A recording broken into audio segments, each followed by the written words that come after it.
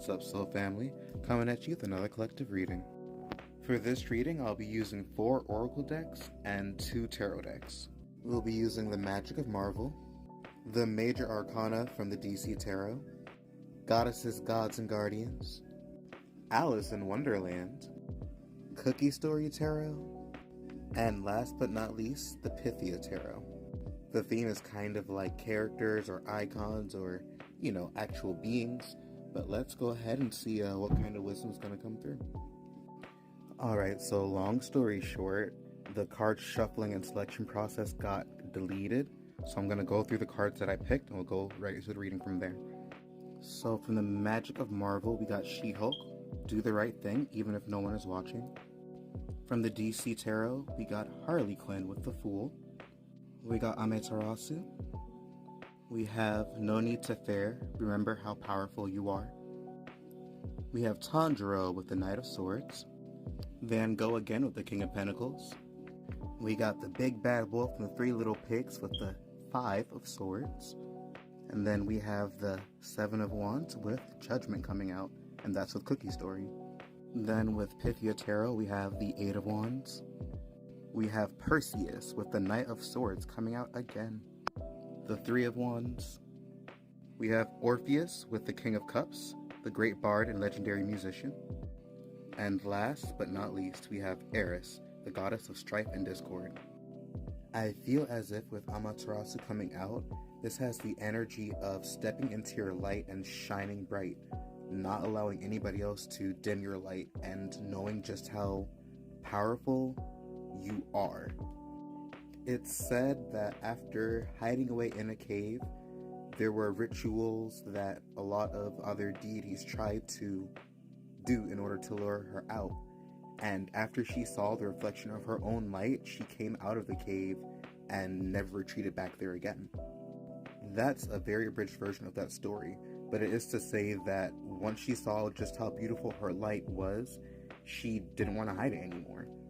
So many times when we go through life, we tend to have these traits, these quirks, these features about ourselves that we sometimes tend to get shamed for, be it through unintentional means, be it through society, be it through, what have you.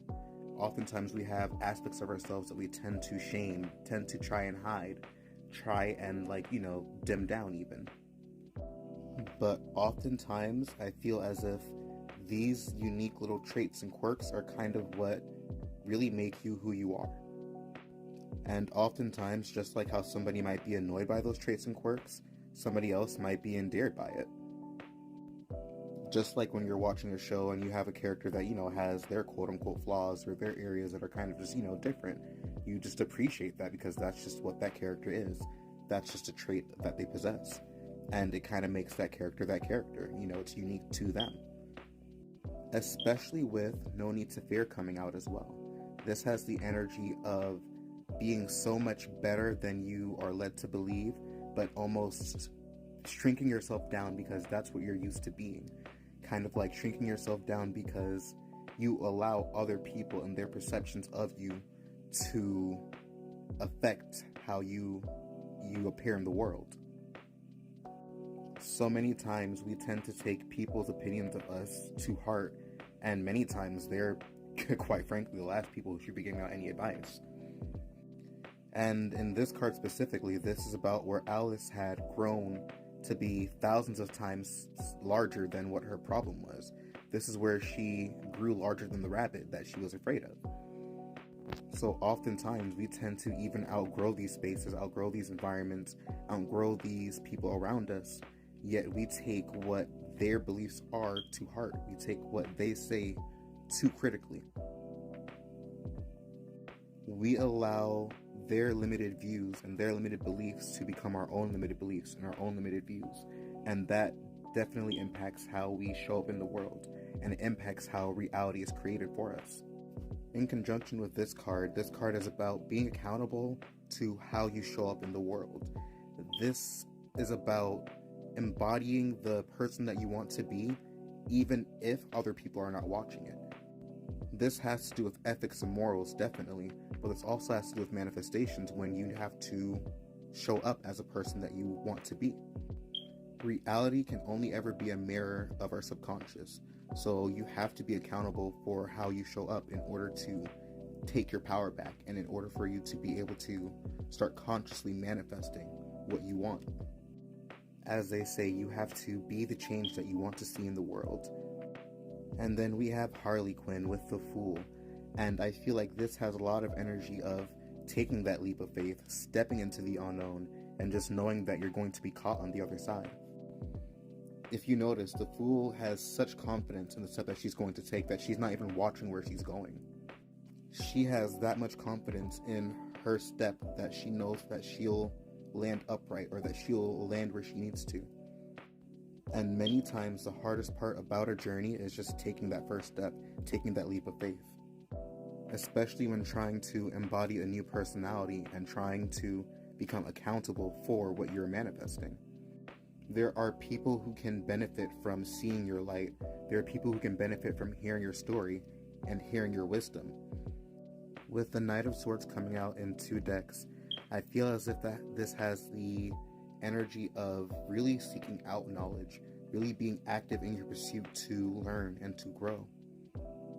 This also has the energy of embodying clear intentions and being careful with how you communicate those intentions to others and to the universe even.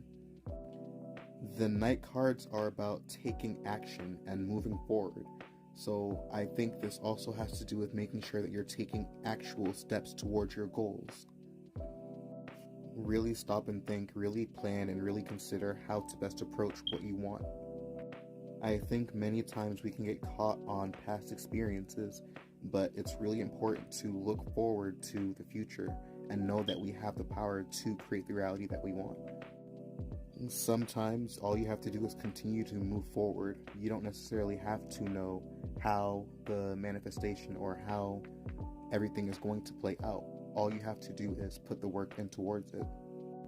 And I believe by doing so with clear intentions on where you would like to be, or at least on your goals, it allows the path to kind of unfold as you go along.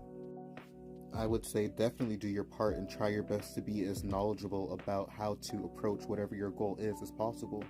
But at the very same time, don't not start because you don't have every single aspect of knowledge that you need.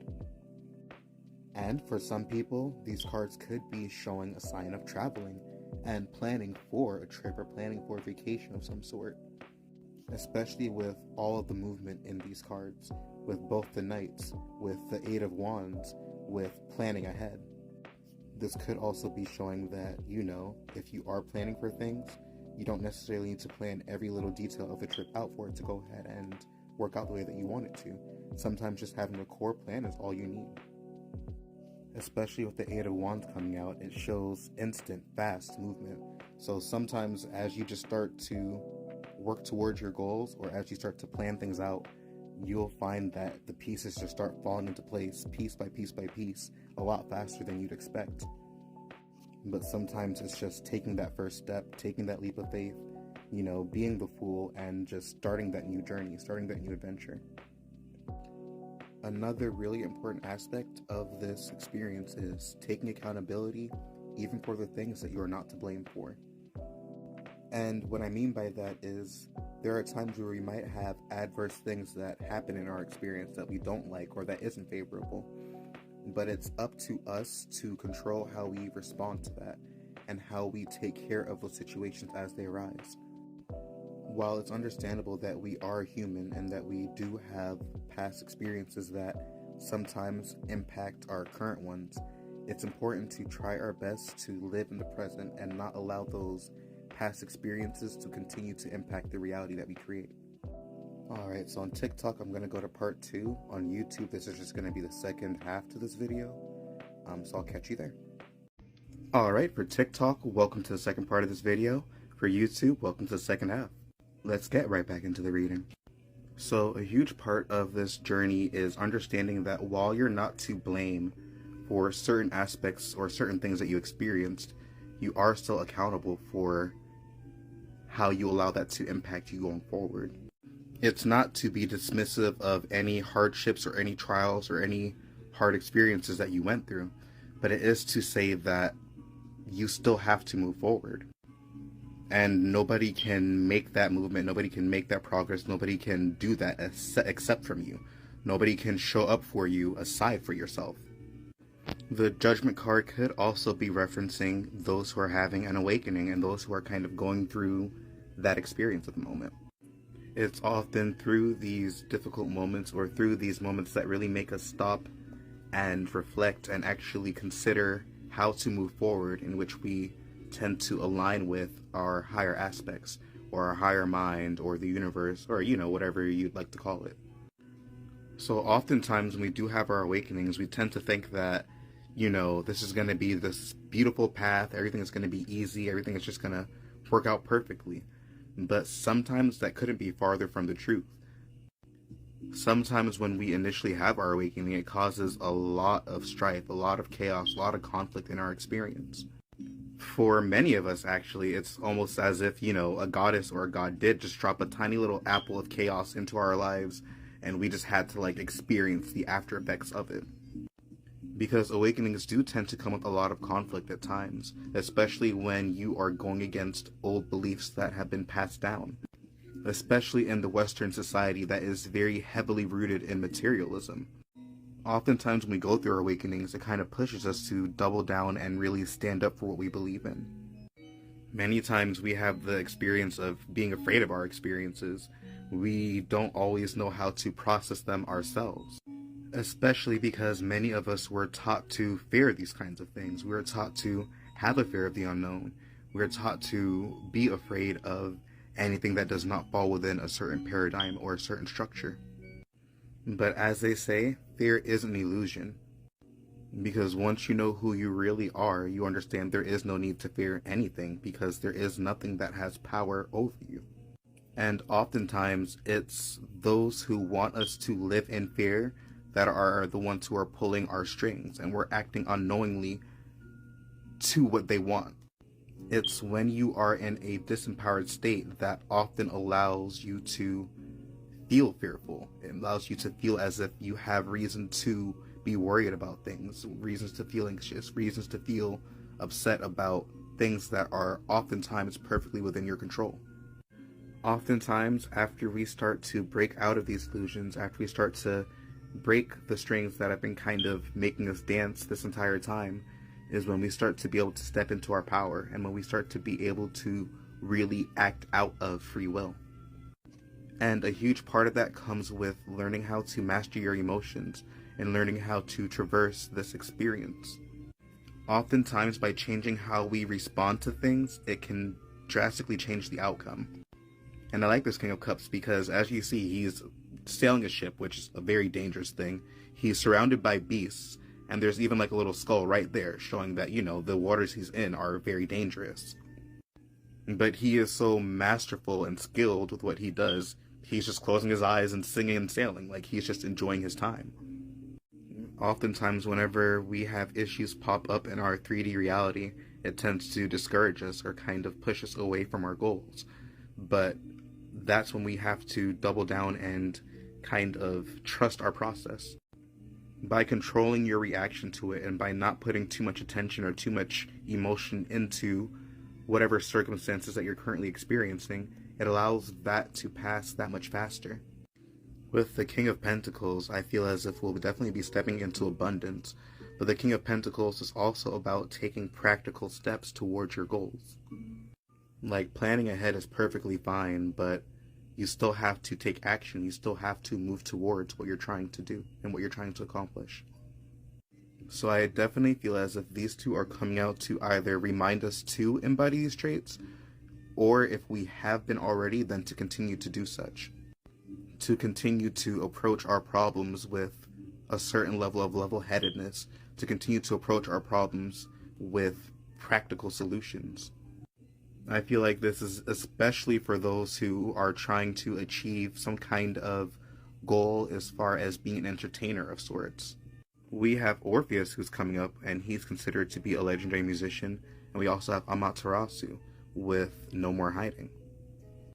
If you have the goal of being an entertainer, then all you have to do is start putting yourself out there, start making steps towards your goal. Now, I'm not saying just post whatever or just do whatever, but there's no way you can make progress towards your goal. There's no way you're ever going to know if you can achieve it without trying. Another aspect of learning how to be a master of your emotions is that nobody is able to control you at that point. Now, this isn't a way to say that people, because at the end of the day, nobody has power over you unless you allow them to. And oftentimes knowing how and when to disengage from conflicts is what allows us to maintain our peace. Like when people are allowed to just go ahead and get under your skin or poke at you or enact any kind of emotion out of you that they want, they're essentially just controlling you. You have to be the one to decide who and what is allowed to get under your skin and who or what is allowed to affect your reality. But I definitely feel like there are some entertainers who are watching this who need to just take that leap of faith and start what they want to do. Or even just artists, or even just people in general who have something that they want to do but are too afraid to start. This is definitely a sign. There are a lot of resources out there for you to be able to live the life that you want and to be able to create the reality that you want. It just takes a little bit of effort and learning how to do such to achieve that. The last thing that I wanted to mention was, when it comes to our awakening, there are times where we start having contact with other beings, or just other even humans, who will try to instill fear in us in order to basically control us. There are people who will go about telling you that you're cursed, or telling you that, you have to be afraid of this or have to be afraid of that. And it's all in an attempt to do something for their benefit. Almost any time somebody is trying to elicit fear out of you, it's so that they have the ability to control you. But you are definitely more powerful than any being that has to try and make you be afraid of it to get any kind of energy from you. And there is no spell, no curse, anything like that that can actually work against you unless you allow it to. So if you don't give it any power, then it has absolutely none over you. And it's important to understand just how powerful the thoughts that we think are and just how powerful our mind is when it comes to experiencing the outcomes of this. And that is your reading. If you guys have a topic you'd like to hear in the next one, please let me know in the comments. Don't forget to like, follow, and subscribe. And if you are interested, feel free to book a private reading with me. The link is going to be in my bio. Also, don't forget to check out my manifestation and my aerokinesis ebooks. Both of those books were written with the intention of trying to help others get around a lot of the problems that I had when I first started trying to manipulate the air and starting to manifest myself. My intention between those books is to have a very practical and grounded way that people can approach these topics and learn them. Peace and blessings, everyone, and I hope you guys have a great day.